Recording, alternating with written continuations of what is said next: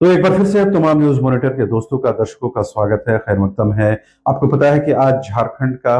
25 सालों का जो सफर है वो पूरा हुआ। रजत जयंती समारोह आयोजित किया गया। राजधानी रांची के मोरहाबादी मैदान में सबसे बड़ा सबसे भव्य कार्यक्रम का आयोजन किया गया, जिसमें हजारों लाखों करोड़ की योजनाओं का शिलान्यास और कई योजनाओं का जो है वो घोषणा की गई। इस दौरान मुख्यमंत्री हेमंत सोरेन के साथ ही ये तमाम उनके कैबिनेट मंत्री और विशिष्ट और मुख्य अतिथि के तौर पर राज्यपाल संतोष कुमार गंगवार मौजूद थे। लेकिन मंच पर तमाम लोगों की मौजूदगी के बीच में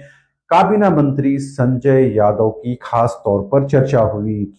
और कहीं न कहीं एक तरह से कौतूहल का भी विषय था, क्योंकि लंबे समय के बाद जब तक बिहार चुनाव था तब तक संजय यादव जो झारखंड के श्रम मंत्री हैं, लेबर मिनिस्टर हैं, वो बिहार चुनाव में व्यस्त रहे। उस दौरान झारखंड में उनकी जो मौजूदगी है, उनका जो प्रेजेंस है वो नहीं के बराबर रहा। उनके सुपुत्र जो हैं रजनीश यादव उर्फ रजनीश भारती जो हैं, वो जो है भागलपुर के कहलगांव सीट से विधानसभा चुनाव आरजेडी के टिकट से चुनाव लड़े, लेकिन दुर्भाग्य से वो शिकस्त खा गए। उनकी हार हुई। आज जेडीयू के जो प्रत्याशी थे उनके हाथों करीबन 50,000 वोटों से उनको हार का सामना करना पड़ा। तो संजय यादव के लिए, झारखंड कोटे के कैबिनेट मंत्री के लिए और एक पिता के तौर पर उनके लिए एक बड़ा सेटबैक रहा कि उनके सुपुत्र का जो है पॉलिटिकल करियर जो है वो एक बड़ा सेटबैक उनको लगा है। और जाहिर सी बात है कहीं न कहीं इसका वो एक तरह से उनको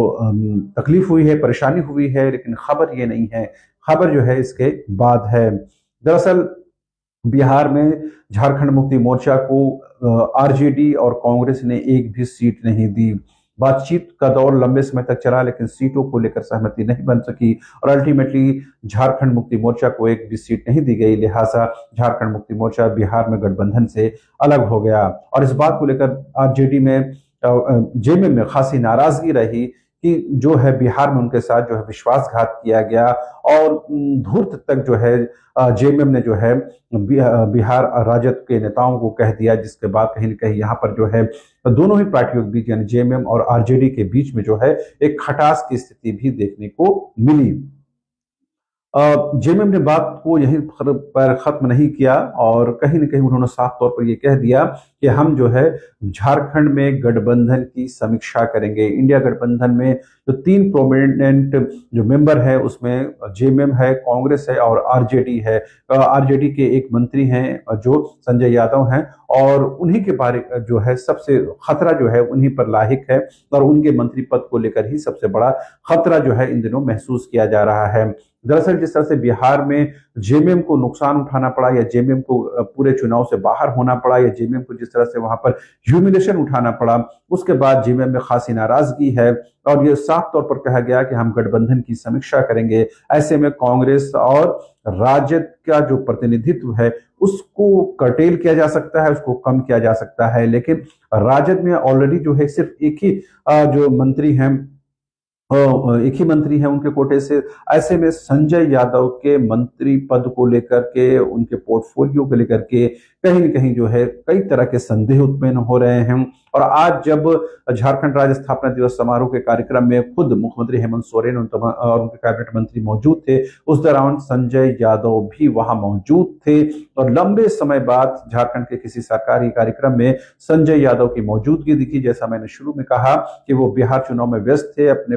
बेटे के पॉलिटिकल करियर बनाने में व्यस्त थे, बिहार के आरजेडी को जीत दिलाने में व्यस्त थे, लिहाजा वो उनके लिए झारखंड में समय नहीं था, लिहाजा वो झारखंड में उनकी मौजूदगी नहीं के बराबर देखी बिहार चुनाव के दौरान। अब चूंकि बिहार का चुनाव संपन्न हो चुका है, आरजेडी को करारी शिकस्त का सामना करना पड़ा है, संजय यादव के सुपुत्र को भी हार का सामना करना पड़ा है, लिहाजा उनको झारखंड लौटकर आना था। सो वो आए और स्थापना दिवस कार्यक्रम में वो शामिल हुए, लेकिन उनकी मौजूदगी को लेकर अब कहीं न कहीं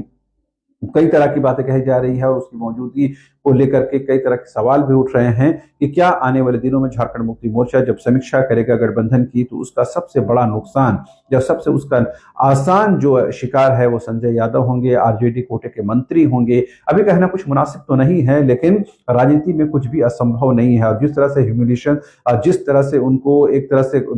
ठोकर जो है जेएमएम को जो है बिहार में लगा, उससे कहीं न कहीं वो आहत है और वो जख्मी है और वो जख्म अभी भी हरा है। चूंकि अभी स्थापना दिवस समारोह था, उससे पहले बिहार का रिजल्ट था, घाटशिला का रिजल्ट था, और इस बीच में जेएमएम कुछ नहीं करना चाहता था, जिसकी वजह से जो है गठबंधन को कहीं छीछा का सामना करना पड़े। लेकिन अब तमाम चीजें जो है समाप्त हो गई हैं,